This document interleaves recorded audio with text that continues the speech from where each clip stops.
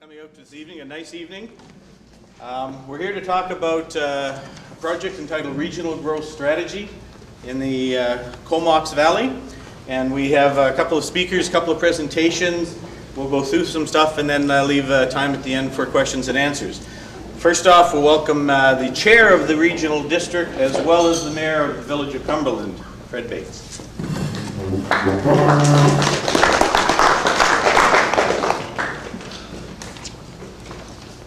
Thank you, Rob. It's nearly 2 years ago now that the three mayors got together in the valley and decided that we should, in fact, work together. Is that not on? No. There you go. There. Sorry. The three mayors got together and decided we really needed to work closer as a valley. We were all starting to develop in rapid ways, and it was very important that if we were to be sustainable as a COMOX Valley, we needed to get together.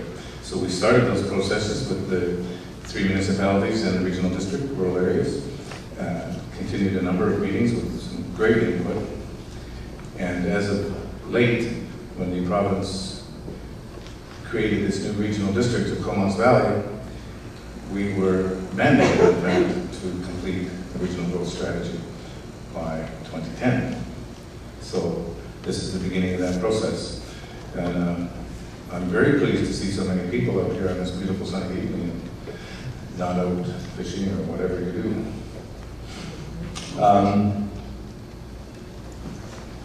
This will be the first of many meetings. There'll be many, many public meetings. We very much want to make sure there's lots of public input to participate.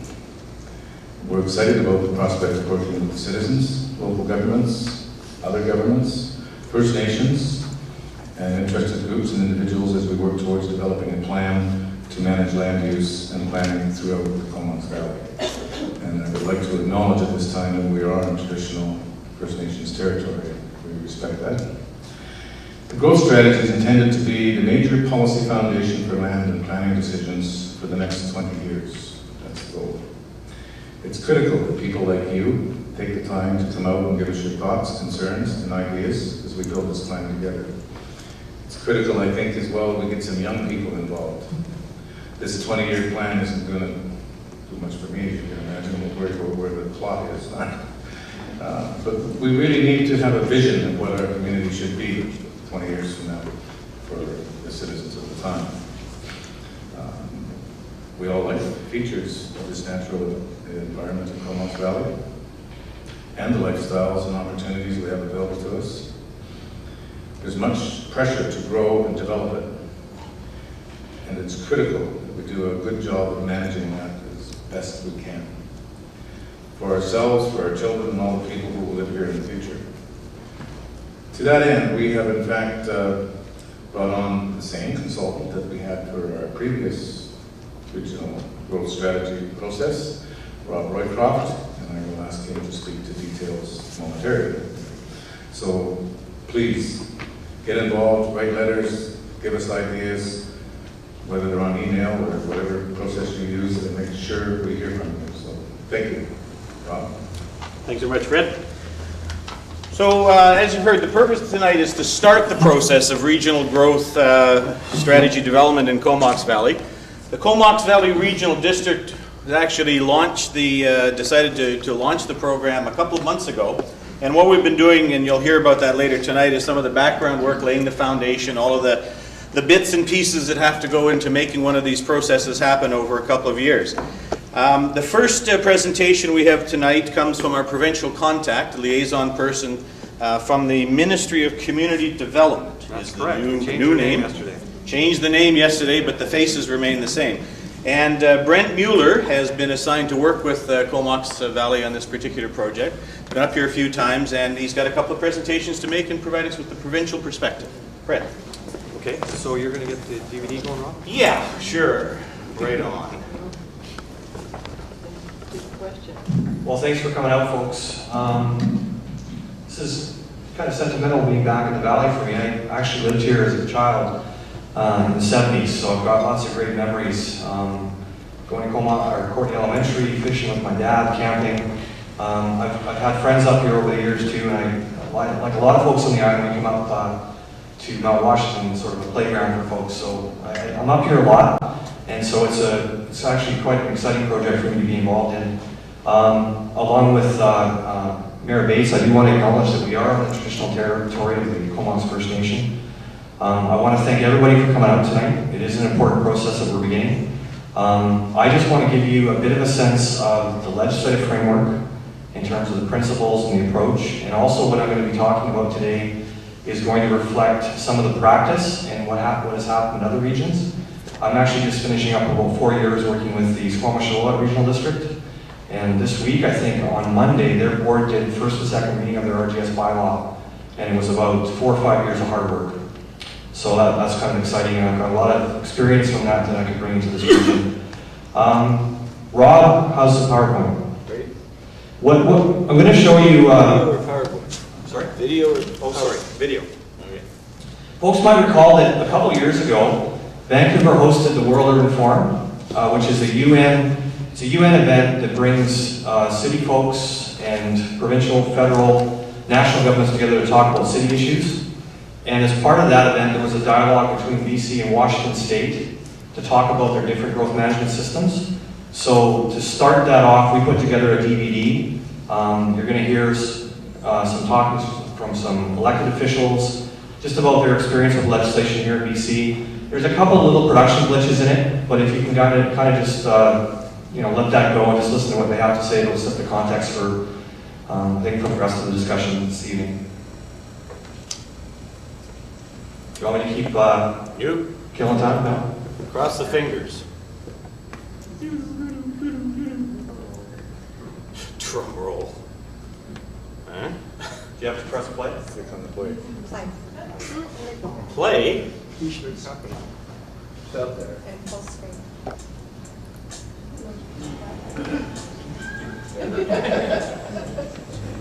Can't hear the video. Oh, okay. The sound. British Columbia is Canada's fastest growing province. 85% of us live in urban areas. British Columbia wrestles with growth because we don't have limits and restrictions. That's all I got. Experiences with sprawling cities and the threats these pose to our quality of life have encouraged us to think about how to address growth. With growth comes change. Our population is getting older. In 10 years, the largest cohort of people will be over 60.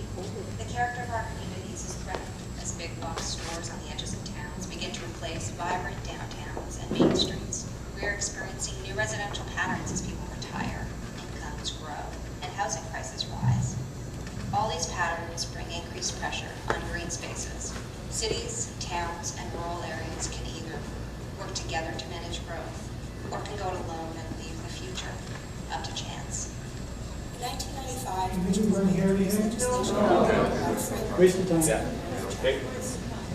This program presents the reasons for the introduction of the original legislation and the lessons learned from the first 10 years. I think we're just going to go to PowerPoint.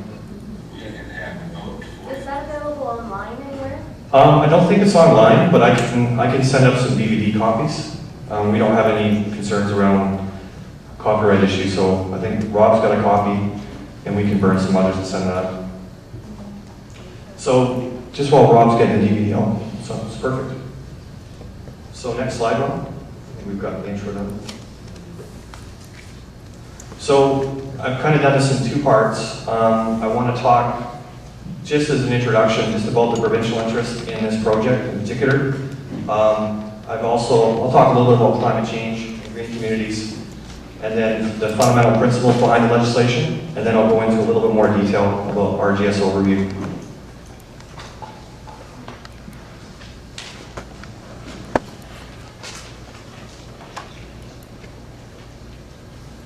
So it's no, everybody knows that this is one of the regions in BC that from time to time faces huge growth pressure.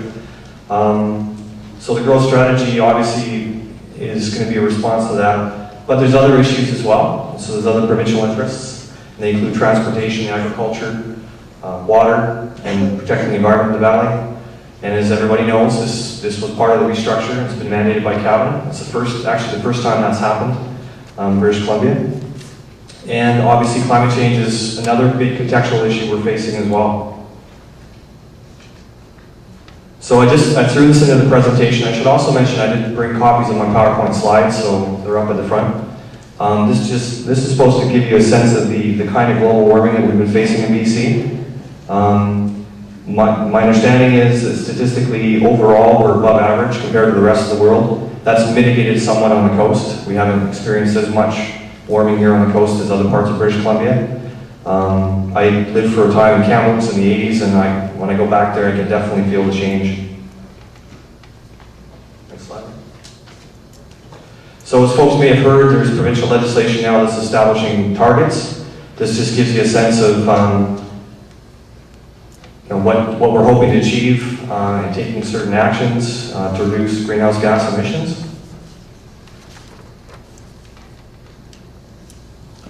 So there's along with growth strategies, there's other provincial initiatives coming forward. Definitely, to focus on the imperative of climate change. As part of this, the Premier and Cabinet acknowledge that there is a local government role.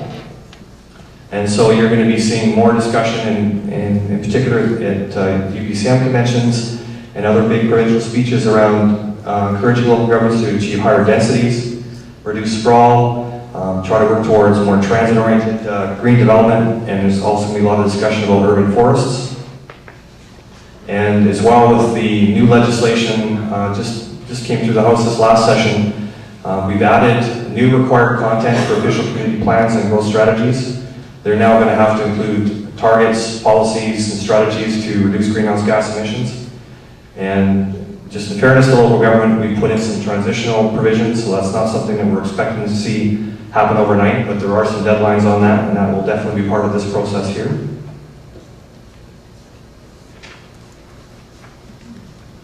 So in terms of the principles behind the legislation, this just gives you a sense. Obviously, there's a lot of focus on consultation. Mayor Bates talked about that. There's also regional diversity and flexibility across BC. No one growth strategy looks alike, and already in terms of the initiating resolution here at this board, there was some discussion about adding public health and safety. So that's now been added as another issue that's going to be part of the process. The legislation focuses on collaboration. So really interest-based discussions, trying to talk about what's positive features in the valley, what the issues are, and trying to get the four local governments and First Nations and provincial agencies working together. Unlike, for example, regional district OCP bylaws that the province has to sign off on, we have no approval role with respect to the growth strategy. It will require sign-off by affected local governments. So what that essentially means is the municipalities here in the regional district and adjacent regional districts will have to sign off. Our role then is with respect to dispute resolution if one or more of the local governments object to the RGS content once it comes forward in the form of a bylaw.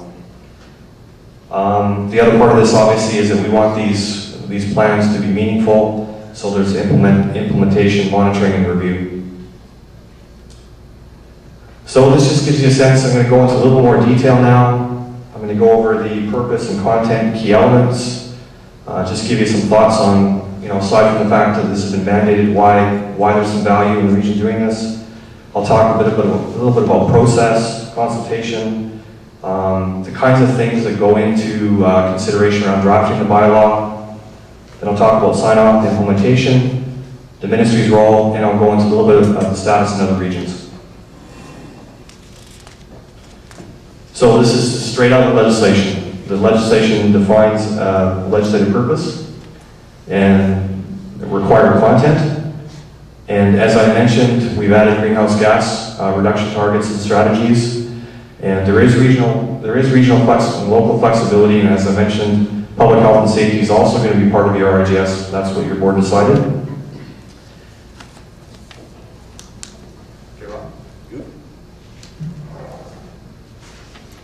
So the growth strategy is obviously a key piece. It's the actual regional district bylaw. Once it's adopted, The member municipalities have 2 years to develop what's called a regional context statement. It's a policy statement that goes into their official community plan that identifies the linkages between the two. And there's also provisional legislation for implementation agreements. If there's a need, for example, to try to get a provincial agency to abide by the RGS and to do certain things to help implement it, then we can work on that. And also the member municipalities and the regional district may also want to get into their own implementation agreements, which will flesh out a little bit more how they're going to work together to implement the growth strategy. So those are the main components. I think in this region as well, you'll have the issue of First Nations. The growth strategy legislation has been around since 1995. Initially there wasn't a lot of experience in working with First Nations, but obviously that's significantly changed with the shift, I think, provincially and also with court cases. And so now we're seeing a lot more emphasis on local governments and First Nations having to work together. So I'm coming out of working in a region in SLRD where you've got Squamish First Nation and the District of Squamish having signed a protocol, an MOU, and there's a lot of content in their regional growth strategy that talks about how First Nations and local governments are going to work together in the best interests of the region. So that's going to be part of this as well.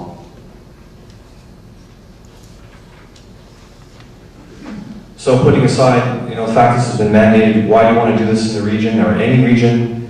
It gives you a regional vision for growth and development. So hopefully will help local governments work better together. It gives you a context for addressing regional issues. You can also build obviously stronger relations with provincial agencies and First Nations. Also, it's a framework for provincial investment. I know that the growth strategy that was developed, I think up in central Okanagan, helped lead the way for some road improvements, that kind of thing. So I think success would be getting that regional vision, getting that agreement, but also having the member municipalities having a sense of we still have autonomy. We have a regional vision. We want to work together towards the same goals and objectives, but we still have our own autonomy.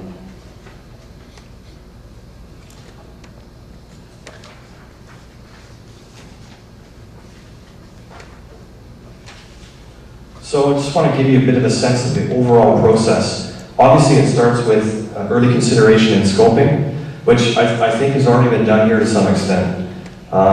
Mayor Bates and Rob, there was the process around towards a regional growth management protocol. There's also all the hard work that's been done on looking at sustainability, and that's also created a bit of a framework. So there has been some work that's already been done. It's been foundational. It has to be under legislation. You have to initiate by board resolution, and the board's done that. In terms of reference consultation plan, that's also part of it. The consultation plan is actually something that has to go before the board and be adopted. Then, of course, you're going to conduct a consultation, and you get into then drafting the bylaw. Once the bylaw is drafted, I've seen it work really well in our regions where there's informal iteration, both with the public and stakeholders and with local government, and then you've got a formal bylaw process, which includes sign-off, and then you're off to implementation, monitoring, and review. So public consultation, the legislation talks about early, ongoing, and meaningful engagement with provincial agencies and federal agencies, discussion with First Nations. You're also going to want to have some input from your adjacent regional districts. And obviously it's important to have dialogue with social, economic, and environmental groups here in the Valley, and of course the public.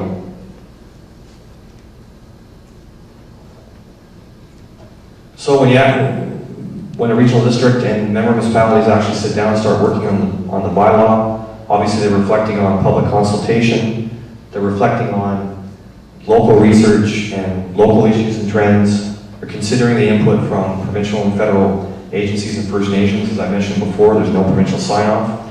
So our input into this is very much going to be collaborative input. I also suggest that you talk to other regions, and I think hopefully there'll be opportunities for other meetings where we can bring folks up and they can explain to you how, what's worked and what hasn't. And you're going to have to look at the issue of climate change, obviously.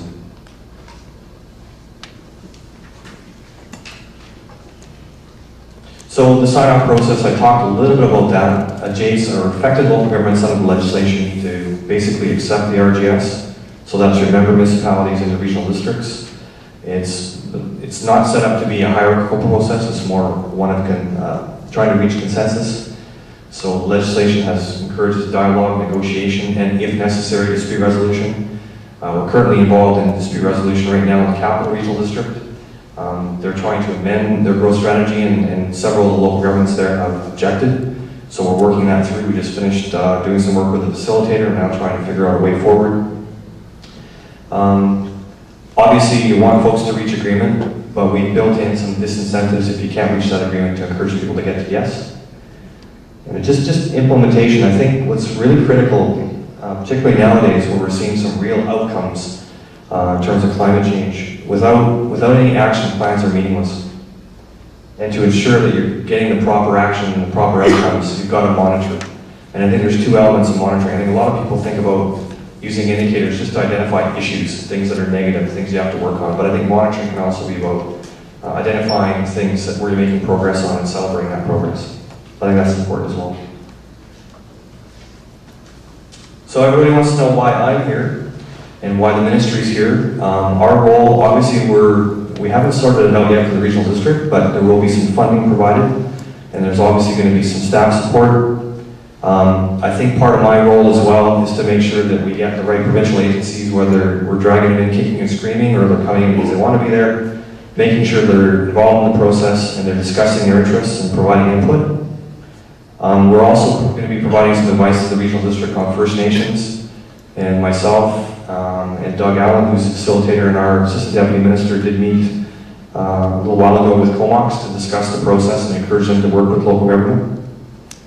As I've already discussed, there's a dispute resolution if necessary, and we can also work on helping facilitate voluntary petition agreements. So basically, most of the high growth regions in BC either have a growth strategy or are working on one. You folks are now part of that. I think one exception here on the island is the Cowichan Valley Regional District. I've been encouraging them, but they still haven't taken that step. Missing from this is Sunshine Coast. They're also in kind of a scoping phase yet. They haven't initiated.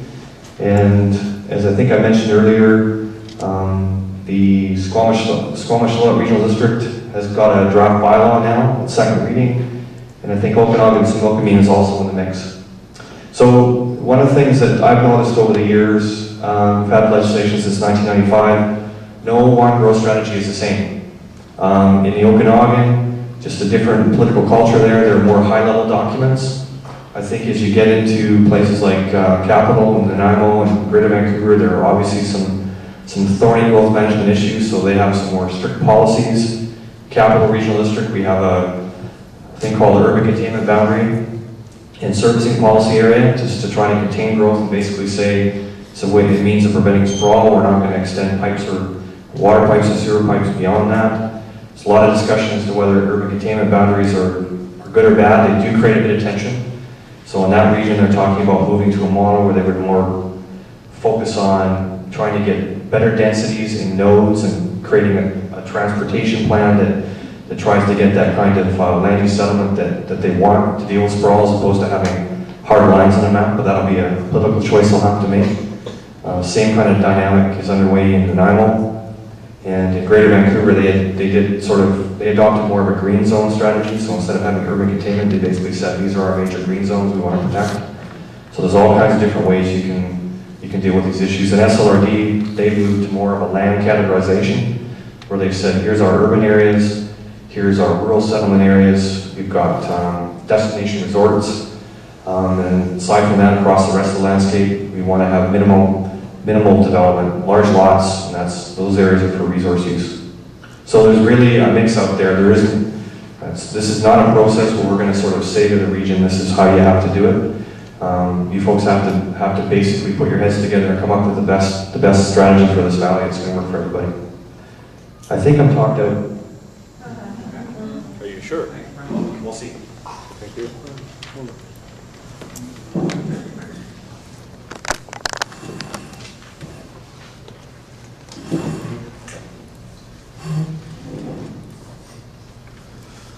Okay, thanks very much, Brent.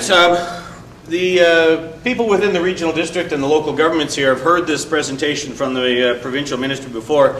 perhaps in a little bit more detail than that, but we thought it was important that members of the public had a chance to understand the framework and the foundation that we're working under. And at the back of the room, as you came in, there was copies of this particular explanatory guide, which is the Bible for those of us working on regional growth strategies.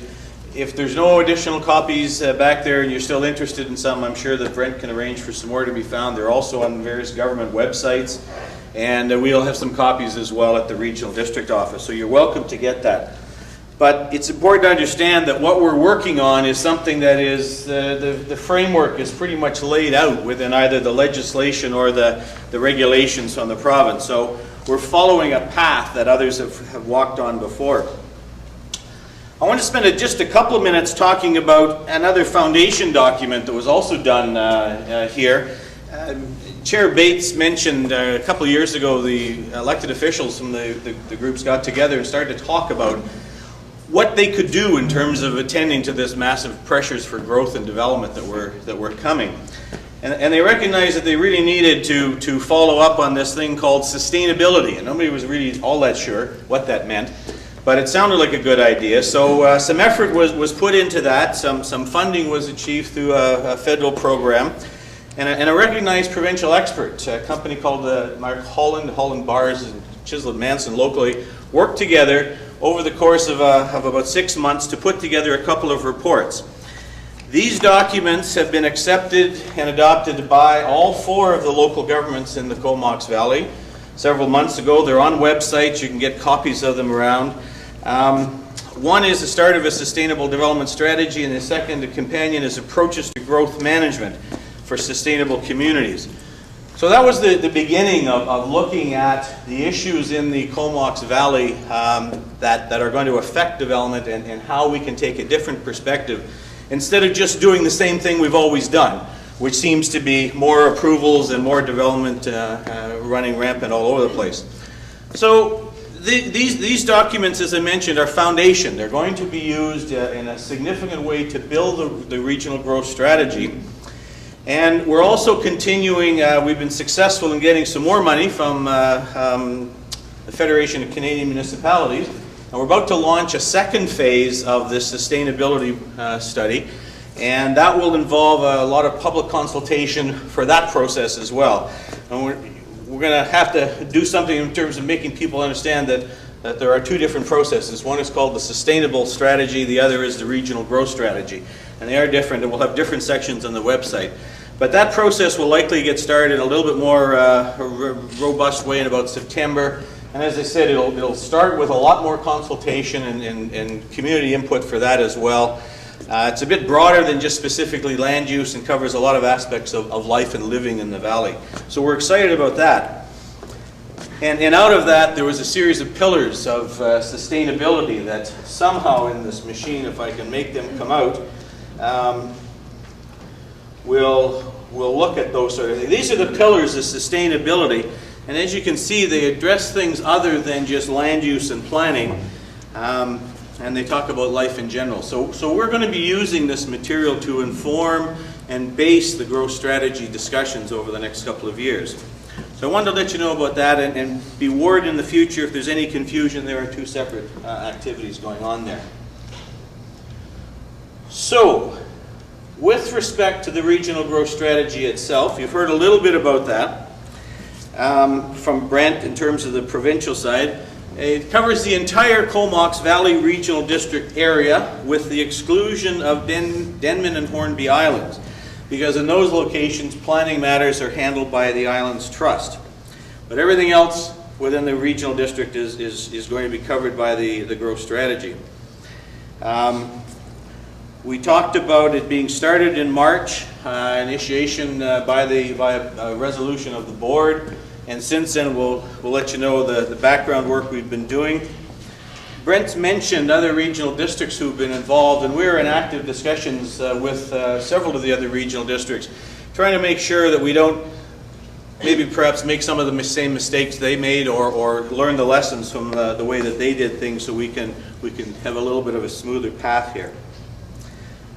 The legislation talks about some of the essential elements, and these are the 5 key issues that are covered in the the Local Government Act. Housing, Transportation, Regional District Services, Parks and Actuarials, Economic Development. The board has also included public health and safety in part of its resolution, as well as, from the time we started until now, the greenhouse gas issues have become mandated as well. So that's going to be addressed through the regional growth strategy as well. One of the first things that the book, the Bible, as we refer to it, calls us, is we have to set up something called an intergovernmental advisory committee. What would be a government project without an advisory committee? So we have one. And it has a cast of thousands attached to it. We've got local governments from the area. We also are requesting representation from the adjacent regional districts. So that includes Nanaimo, Alberni, Clayoquot, and Strathcona. Representation is being sought from First Nations, both locally and on a regional basis, as well as a cast of literally hundreds of provincial agencies, as Brent has mentioned. And I've listed them here. You get a sense of, you have to talk with all of these people because they all have programs and activities and laws and legislation that are affecting land in this area. So the intent of this Intergovernmental Advisory Committee is to make sure that we're aware of all of the things that they're doing, they're aware of all of the things that we're doing, and hopefully along the way our paths will collide and we'll come together with a common plan. But there's a bucket of them. Other agencies as well, in the part of the federal government, Transport Canada, Environment Canada, Fisheries and Oceans, National Defence, RCMP, and school districts. And I might add the Vancouver Island Health Authority is also to be part of that process.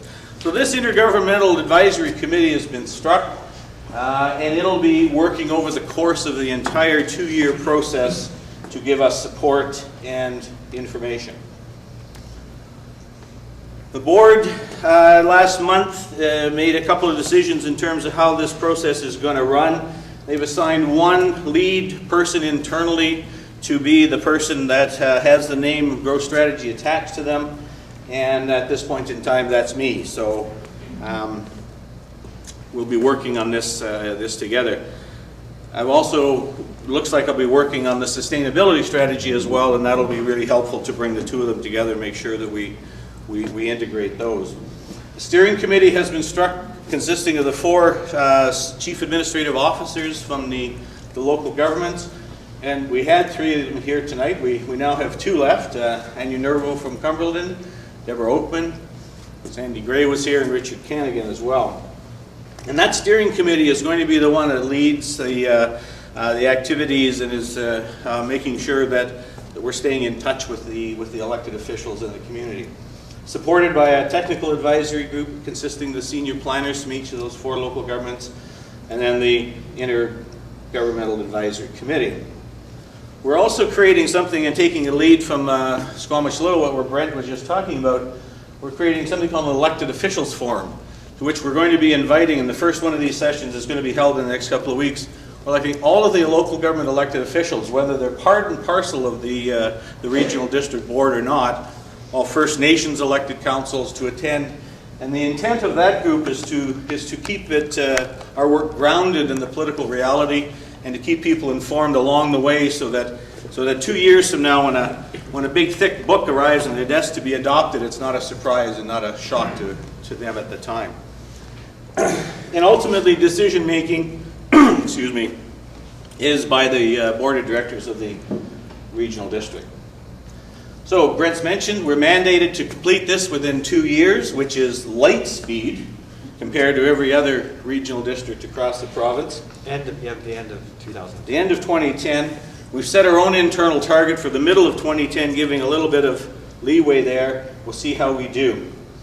As Brent has mentioned, following that, once the board has adopted the growth strategy as a bylaw, then goes back to the local governments for them to as well bring forward amendments in their official plans to bring themselves into compliance with the overall strategy. So there's a back and forth process that's going to be going on for the next couple of years.